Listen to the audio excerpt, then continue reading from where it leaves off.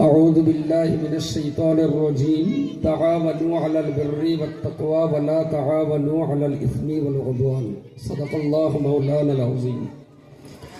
সম্মানিত সুধী মঞ্চে উপবিষ্ট এলাকার বিশিষ্ট গুণীজন এবং এই গ্রামের বিভিন্ন স্তরের সহযোগী কর্মী ভাই ও বন্ধুগণ, হাদিয়া মোরাল স্কুলের ম্যানেজমেন্টের দায়িত্বে থাকা বিভিন্ন কর্মীবৃন্দ এবং আমাদের মহল্লা ফেডারেশন কমিটি বা মাটিয়া রেঞ্জ কমিটির দায়িত্বশীল কর্তব্যপরায়ণ ভাই বন্ধুগণ এবং আমার অত্যন্ত স্নেহের কুড়িজার টুকরা সম ছোট্ট ছোট্ট ভাই বোনেরা যারা আজকের এই কম্পিটিশনে অংশ নিয়েছেন। ইতিপূর্বে আমার সাইফুল ইসলাম ভাই না সাইফুল ভাই যে সমস্ত কথা বলেছেন তার উপরে আর নতুন কিছু বলার কিছু বাকি আছে বলে আমার মনে হয় না। তবে এতটুকু কথা আমার বলতেই হবে, জন্মিলে মরিতে হবে অমর কে কথা রাখবে।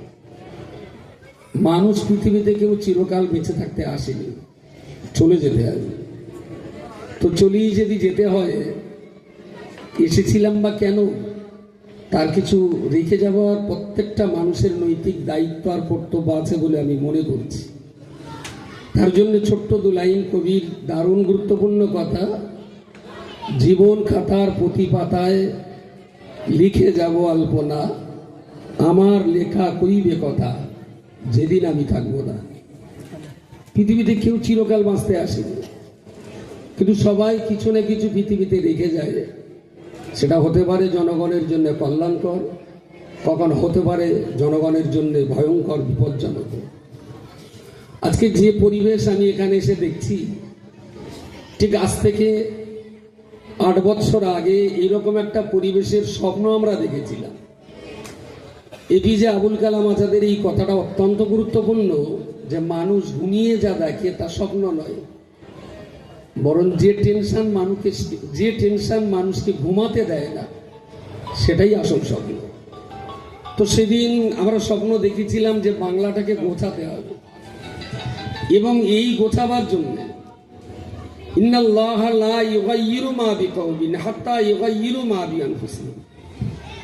কোনো জাতি, কোনো গোষ্ঠী, কোনো ব্যক্তি, কোনো পরিবার যত সময় পর্যন্ত নিজেকে পরিবর্তন না ঘটায় ততক্ষণ স্বয়ং আল্লাহ তার পরিবর্তন ঘটাবেন না।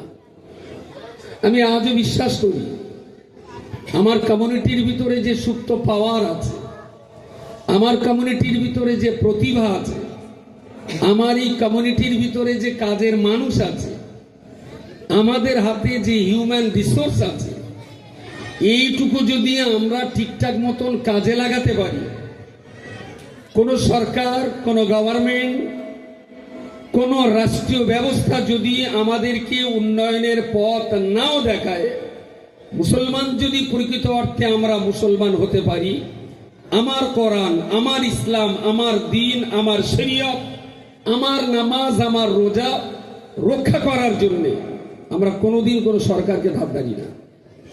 এটা আমাদের গভর্নমেন্টের দায়িত্ব সুন্দরভাবে একটা দেশ পরিচালনা করা, ধর্ম পরিচালনা করা গভর্নমেন্টের দায়িত্ব নয়। ধর্ম যার যার, দেশটা সবার। তো গভর্নমেন্ট হলো এদেশের সমস্ত নাগরিকের গভর্নমেন্ট। কোনো সরকারের দায়িত্ব নয় মসজিদ তৈরি করে দেওয়া, কোনো গভর্নমেন্টের দায়িত্ব নয় মন্দির বানিয়ে দেওয়া। মন্দির মসজিদ যারা যে ধর্ম পালন করেন তারা তাদের নিজস্ব দায়িত্ব আর দায়বদ্ধতা নিয়ে তারা ধর্মের কাজ করবেন। রাষ্ট্র ব্যবস্থা দেখবে কি আমার দেশটা সুন্দরভাবে ঠিকঠাক মতো চলছে কিনা। আমি বলছি কি, আমরা যারা ইসলাম ধর্ম অবলম্বী মানুষ আছি, খুব কষ্ট হয় যখন থানায় গিয়ে দেখি সাহেবের ডায়েরি খুলে 100 কেসের ভিতরে 69টা কেস মুসলমানদের। যখন জেলখানার হিসাব নিয়ে দেখি মাথা ফাটা, বিভিন্ন ধরনের দুর্ঘটনাজনিত আক্রমণে আক্রান্ত এমন রোগী 100-র ভিতরে 90টা মুসলমান। যখন স্বামী স্ত্রীর পারিবারিক দাঙ্গা, সম্পত্তির বিভাজনের দাঙ্গা, মামা ভাগনা, নাতি নাতনি, ভাইপো ভাইজি দাঙ্গা, আর সেই মারপিটে 100-র ভিতরে 90টা কেস প্রায় মুসলমানদের ভাগে, তখন খুব টেনশন বাড়ে যে জাতিকে আল্লাহ দায়িত্ব দিয়েছেন কুনতুম খায়রা উম্মাহ, তোমরাই হলে বিশ্বের ভিতরে সবচেয়ে ভালো জাতি। তা'মুরুনা বিল মা'রুফ, যে জাতি মানুষকে ভালো কাজের জন্য উৎসাহ প্রদান করবে, ওয়াতানাহাউনা আনিল মুনকার, যে জাতি অন্যায় কাজ করলে তিনি মানুষকে সম্মতি ফিরিয়ে দেওয়ার চেষ্টা করে বলবেন এটা খারাপ কাজ তুমি করো না, আজকে সেই জাতির হাতে গাঁজার কলকে থাকবে। যে জাতিকে আল্লাহ ডিউটি দিয়েছেন যে বিশ্ব শান্তি বজায় রাখার দায়িত্ব মুসলমানদের, পৃথিবীর শান্তি বজায় রাখার দায়িত্ব আল্লাহ মুসলিমদের দিয়েছেন। বাসের প্যাসেঞ্জার সবাই ঘুমাতে পারে, কিন্তু ড্রাইভারের স্টিয়ারিং যার হাতে থাকে সে তো কখনো ঘুমাতে পারে না। সুতরাং আমরা যারা মুসলিম, আমাদের জাতিটাকে ইসলাম চেনানো হয়নি, আমাদের কমিউনিটিটাকে ইসলাম বোঝানো হয়নি। আমার ভাই বলছিলেন খুব গুরুত্বপূর্ণ কথাটা না বললেই নয়। আসলে সাইফুল ভাই, পশ্চিমবঙ্গের এক মারাত্মক বিপর্যয় হলো যে দুটো সম্প্রদায়কে আমরা আলাদা করে ফেলেছি, টুপি দাড়ি আর চাঁচা ছেলা। আমার সাইফুল ভাইয়ের মুখে দাড়ি নেই, এক্ষুনি যদি মসজিদে হয়তো কেউ তো নামাজ পড়াতে দেবে না, দেবে কি কেউ? সাইফুল ভাই যদি রাস্তায় মাথাতে কমাতে হেঁটে যায় কেউ তো সালাম করবে না। কিন্তু একেবারেই জীবনই স্কুলে যায়নি, এবিসিডিও জানে না, অ ক খ জানে না, আলি পেতেও জানে না। দাড়ি যদি একটু লম্বা হয় আর জামা যদি বড় হয়, দেখি হাটকলা পর্যন্ত অন্তত গোটা 70 সালাম পাবে। What is this? এটা কে শিখিয়েছে এই সমাজকে? এই অজ্ঞতা, এই মূর্খতা, এই নগ্নতা, এই অসভ্যতা আমার সমাজকে কে শিখিয়েছে? যে একটা মানুষের ভিতরের শিক্ষার কোনো গুরুত্ব নেই। ইংরেজিতে ডবল এমএ, মাঠে হাই স্কুলে 20 বছর ধরে চাকরি করেছেন, যার ছাত্ররা এখন রাইটার্স বিল্ডিং এর কর্মী, যার ছাত্ররা এখন কুয়েতে ব্যবসায় নিয়োজিত, যার ছাত্ররা এখন হাই স্কুলের হেডমাস্টার। 20-30টা বছর ধরে ইংরেজিতে এমএ করা মাস্টার মশাই জাতির শিক্ষা দীক্ষার পথ দেখালে দুর্ভাগ্যজনক তার দাড়ি না থাকার কারণে কেউ তাকে সমীহ করে না। এই অজ্ঞতা, এই মূর্খতা আমার সমাজকে আরো সর্বনাশার পথে ঠেলে দিয়েছে। আলেম ফাজেল পড়ে যদি মওলানা হয়ে সে যদি সালাম পায়, হাই স্কুলের একজন হেডমাস্টার মশাই যিনি 30 বছর ডবল ইংরেজিতে ডাবল এমএ হাজারো ছাত্র তৈরি করেছেন, আমার সমাজ কেন তাকে সম্মান করতে জানে না? দাড়ির দামটাই বেশি হলো, এ তো পয়সা বাঁচালি তো দাড়ি বড় হয়ে যায়। টুপির দামটাই বেশি হলো, একটু 300 টাকা খরচা করলে টুপি কিনে নরেন্দ্র মোদীও মাথা দিতে পারে। যে সুন্নত বাজারে কিনতে পাওয়া যায় তার চেয়ে তো অনেক দামি ছিল ভিতরের এডুকেশনটা। আমার সমাজ এডুকেশনের গুরুত্ব বোঝেনি, গুরুত্ব বুঝেছে টুপির আর গুরুত্ব বুঝেছে দাড়ির। এই অজ্ঞতার বেড়া জাল ভেঙে তছনছ করে দিই। একটা মসজিদের ইমাম যদি সালাম পাওয়ার যোগ্যতা থাকে, প্রাইমারি স্কুলের একজন মাস্টার সৈয়দ আহমদ আলী সে কেন আপনার সালাম পাওয়ার যোগ্যতা রাখে না? হতেই পারে তার মুখে দাঁড়িয়ে। দাড়ি ইসলামের একটা দিক, তার মানে লেখাপড়া শিখবো না, দাঁড়িয়ে আমাকে জান্নাতে নিয়ে যাবে, এই অজ্ঞতা ছেড়ে দিন।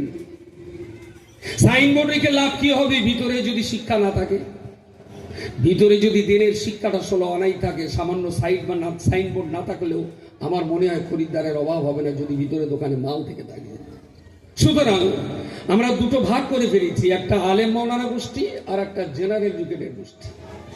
জেনারেল শিক্ষিত মানুষ তারা ভাবে এ মোল্লা মুন্সি গড়া শুধু পরকাল নিয়ে ভেবে দেয়, এদের কোনো দুনিয়ার কোনো চিন্তা নেই, এরা রকেট কারে বলে বোঝে না, এরা আপডেট কারে বলে বোঝে না, এরা সব পরকাল নিয়েই পড়ে থাকে, মনসে করা কিছু বোঝে না। এটা একটা দিক। আবার যারা একটু আলেম মাওলানা হয়েছেন তারাও একটা ভাবে এই ধুতি আর প্যান্ট শার্ট পরা চাঁচা লোকগুলো এসব শালা দুনিয়াদার, এদের ভিতরে ইসলাম বলে কিচ্ছু নেই। কিন্তু আমার জানা মতে ধুতি পরা স্কুলের হেডমাস্টার, দাড়িও নেই, গোপও নেই। ভদ্রলোক ফোন করে তাহাজ্জুদের নামাজের মশলা জেনেছিলেন আমার কাছে। আমি আজও তার কথা মনে উঠলে আমার গায়ের পশম শিমিরে ওঠে। যে আমরা বাইরে দেখে বিচার করি কোন লজ্জায় যে লোকটার মাথায় টুপি নেই, কোন লজ্জায় বাইরে দেখি বিচার করি লোকটার মুখে দাড়ি নেই, কোন লজ্জায় বাইরে দেখি বিচার করি যে লোকটা ধুতি পরা। আবার সেই লোকটাই আমাকে জিজ্ঞেস করছেন তাহাজ্জুদের নামাজ 10টা 20-তে পড়লে কি অসুবিধা আছে? আমি হতবাক হয়ে গেছি। তাহলে এতদিন বাইরে থেকে যে বিচার আমরা করেছি, বিচার নিঃসন্দেহে আমরা ভুল করেছি। বিচার শিক্ষার হোক, মূল্যায়ন এডুকেশনের উপরে হোক, যোগ্যতা দক্ষতার উপরে যোগ্যতা নির্বাচন করা হোক, কিন্তু আমার সমাজকে আমরা এটা বোঝাতে পারিনি। আজকে আলহামদুলিল্লাহ সাইফুল ভাইয়ের মতো মানুষ এখানে দাঁড়িয়ে গুছিয়ে যে কথাগুলো বলেছেন, অনেক মূল্যবান কথা। আমি আজ থেকে বলছি, সে মাদ্রাসা শিক্ষিত হোক আর হাই স্কুল শিক্ষিত হোক, আলিফ বে তে সে এটা 4টে অক্ষর বললে যদি 4 10 কে 40টা স্বভাব হয়, ডাক্তার হয়ে মানুষের সেবা করব, এই চিন্তায় কেউ যদি ABCD পড়ে, আমি বলছি তারও 4 10 কে 40টা স্বভাব হবে। হিম্মত থাকে তো আমার সঙ্গে লড়াই করবে। কেরাত শিক্ষা করলে যদি স্বভাব হয়, আমি বলছি সমাজের সেবার চিন্তায়, জনগণের কল্যাণের চিন্তায়, মানুষের উপকার করার চিন্তায় কেউ যদি A²+B² ফর্মুলাটা মুখস্থ করে, তারও স্বভাব হবে যদি উদ্দেশ্যটা সমাজের সৎ থেকে থাকে। আলিফ বে তেসে পড়ে লাভটা কি হবে? যদি উদ্দেশ্য এইটা থাকে, বড় বক্তা হয়ে 1 ঘন্টা ওয়াজ করে 40,000 টাকা মারবো। কোন মুফতি আছে এই আলিফেতে পড়ে স্বভাবে ফতোয়াটা দেবে? যার নিয়তের ভিতরে গন্ডগোল রয়েছে, যে আমি বড় মাওলানা হয়ে বড় বক্তা হব, 1 ঘন্টা বক্তৃতা করেও 50,000 টাকা পকেটে নিয়ে চলে যাব। ওরা আলিফ বেতে পড়লে জাহান্নামের খোরাকি তৈরি হয়েছে। সুতরাং নিয়ত আর উদ্দেশ্যটার দিকে লক্ষ্য রাখা উচিত। ইন্নামাল আ'মালু বিন্নিয়াত, ভিতরে কে কোন উদ্দেশ্য নিয়ে কাজ করছে তার উপরে নির্ভর করবে আমাদের সফলতার ব্যর্থতা। আমি আর লম্বা করছি না, জাস্ট 2 মিনিট আমাদের সিস্টেমটা আপনাদের আর একটু বলে রাখি। অনেক কথাই হয়েছে। আমরা একটা গ্রামে কাজ করি 2টো লক্ষ্য নিয়ে। একেবারে আরবি শিখতে হবে, এটার দিকে যদি আমাদের 50 লক্ষ থাকে, তাহলে স্কুলে পড়তেই হবে, এটার দিকেও আমাদের 50 লক্ষ। আরবিটা 51 আর স্কুলটা 49। আমরা এই দৃষ্টি দিয়ে বিচার করি না। আমরা বিচার করি জেনারেল এডুকেশনটা যতটাই জরুরি, দিনের এডুকেশনটাও ততটা জরুরি। দিন যতটা জরুরি, দুনিয়ার এডুকেশনটা আমাদের জন্য ততটাই জরুরি। পাশাপাশি বক্তব্য দেশে অনেক ছিল, আগেও ছিল, আজও আছে। আমাদের এই সিস্টেমের ভিতরে দেখছেন এই যারা এতটা মানুষ এখানে দাঁড়িয়ে আছে, আমি দারুণভাবে কৃতজ্ঞ। একেবারেই খারাপ সেন্সে নেবেন না, আমার একটা মুখের দোষ। গাঁজা হিরোইন খেলি যেরকম নেশা হয় না, এই কটা লোকের তার চাইতে বেশি নেশা হয়ে গেছে। এদেরও সংসার আছে, এদেরও বিবি বাল বাচ্চা আছে। গাঁজা খেলি হিরোইন খেলি যেমন ছাড়ানো যায় না, এদেরকে এখন যদি হাজারো চেষ্টা করেন এই পথ থেকে ছাড়ানো, হিরোইন ছাড়ানো সহজ, এদের ছাড়ানো কঠিন আছে। এটাও একটা নেশা। জনগণের জন্য মেহনত, কমিউনিটির কল্যাণের জন্য স্বপ্ন, এটাও এক ধরনের নেশা। তো এই নেশায় পড়ে যারা দিন রাত পরিশ্রম করছেন, আমি তাদের কাছে সঙ্গে নিয়ে শুধু এই কথাটুকুই বলবো, আমাদের টার্গেট হলো 2টো দিক দিয়ে শিখতে হবে। ইসলাম ভালোভাবে শিখে আল্লাহর কাছে ভালো মুসলমান হতে হবে। বাংলা, ইংরেজি, অঙ্ক, ভূগোল, বিজ্ঞান, ইতিহাস, সায়েন্স, টেকনোলজি পড়াশোনা করে দেশের একজন ভালো নাগরিক তৈরি হতে হবে। আল্লাহর কাছে আমি ভালো মুসলিম হব, গভর্নমেন্টের কাছে একজন দেশের ভালো নাগরিক তৈরি হব, তবে এ দেশের মাটিতে আমরা মাথা উঁচু করে বাঁচতে পারবো। ওয়ালিল্লাহিল ইজ্জাতু ওয়া লিরাসূলিহি ওয়া লিল মুমিনিন। ইজ্জত আর সম্মান আল্লাহ বলেছেন, ইন্নাল ইজ্জাতা লিল্লাহ ওয়া লিরাসূলিহি ওয়া লিল মুমিনিন। সম্মান আল্লাহর জন্য, সম্মান আল্লাহর নবীর জন্য, সম্মান ইমানদার মুসলমানদের জন্য। কোন রকম বিরক্তি না করে, রমজান মাসে অনেক মা আসেন আমাদের গ্রামে বোরকা মুড়ি দিয়ে যাকাতের টাকা নিতে।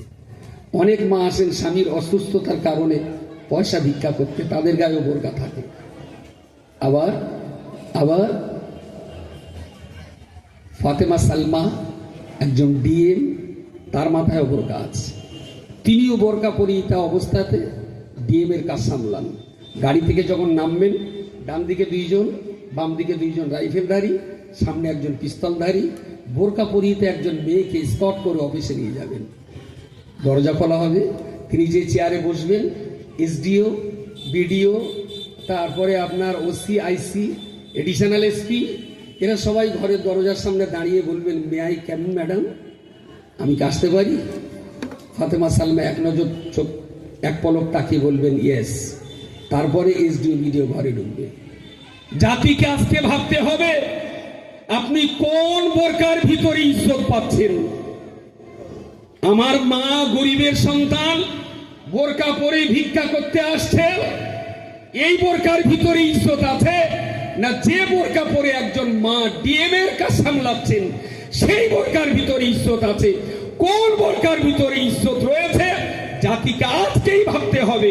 জাতি যদি মনে করে ডিএম এর চেয়ারে মহিলাটা বসে ওই বোরকাটা ইজ্জতের মহিলা, তাহলে অল ইন্ডিয়া সুন্নাতুল জামাত হাদিয়া মোরাল স্কুল ম্যানেজমেন্ট কমিটির কর্মকর্তা যতদিন পর্যন্ত আমাদের ঘরের মেয়েদেরকে ইসলাম শিখিয়ে, কোরআন শিখিয়ে, নামাজ শিখিয়ে, সকাল সন্ধ্যা আল্লাহর কোরআন পড়িয়ে যতদিন আমাদের মেয়েরা বোরকা পরিহিত অবস্থায় ডিএমের চেয়ার দখল না করতে পারবে, ততদিন অল ইন্ডিয়া সুন্নাতুল জামাতের এই আন্দোলন চলতেই থাকবে ইনশাআল্লাহ। নাই তাকবীর, নাই তাকবীর, অল ইন্ডিয়া সুন্নাতুল জামাত, নাই তাকবীর।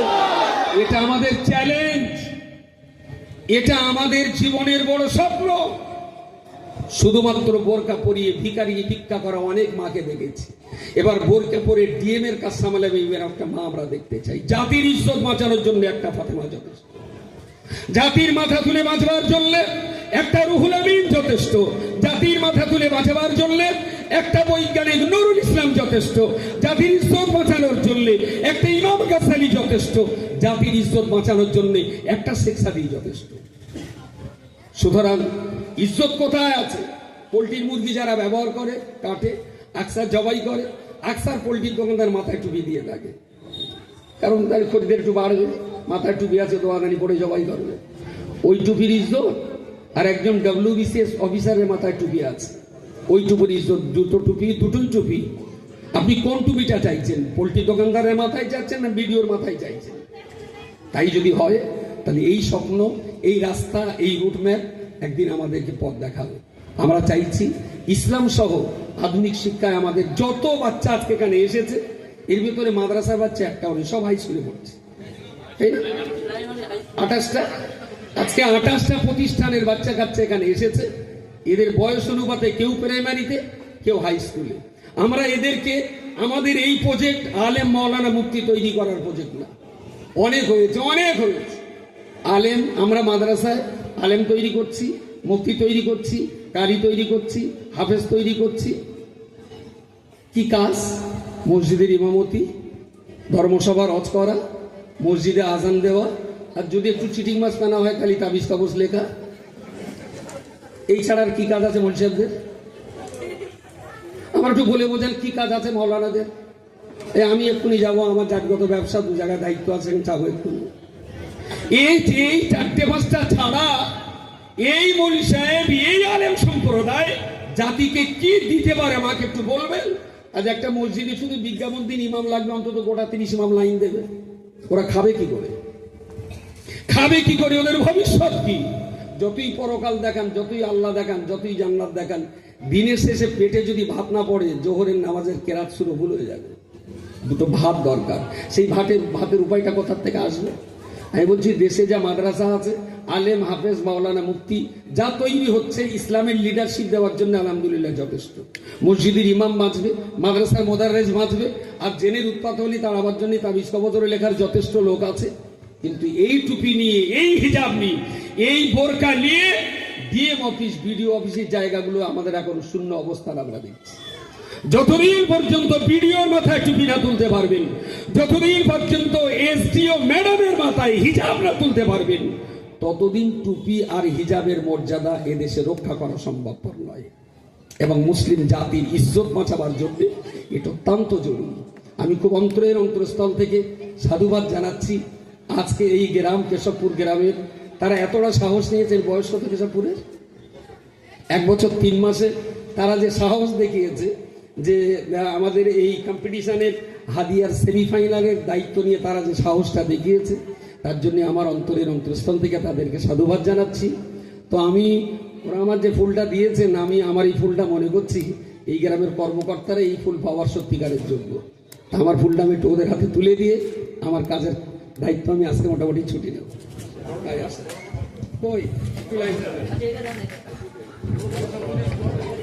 মুফতি অসংখ্য ধন্যবাদ। তিনি সুন্দরভাবে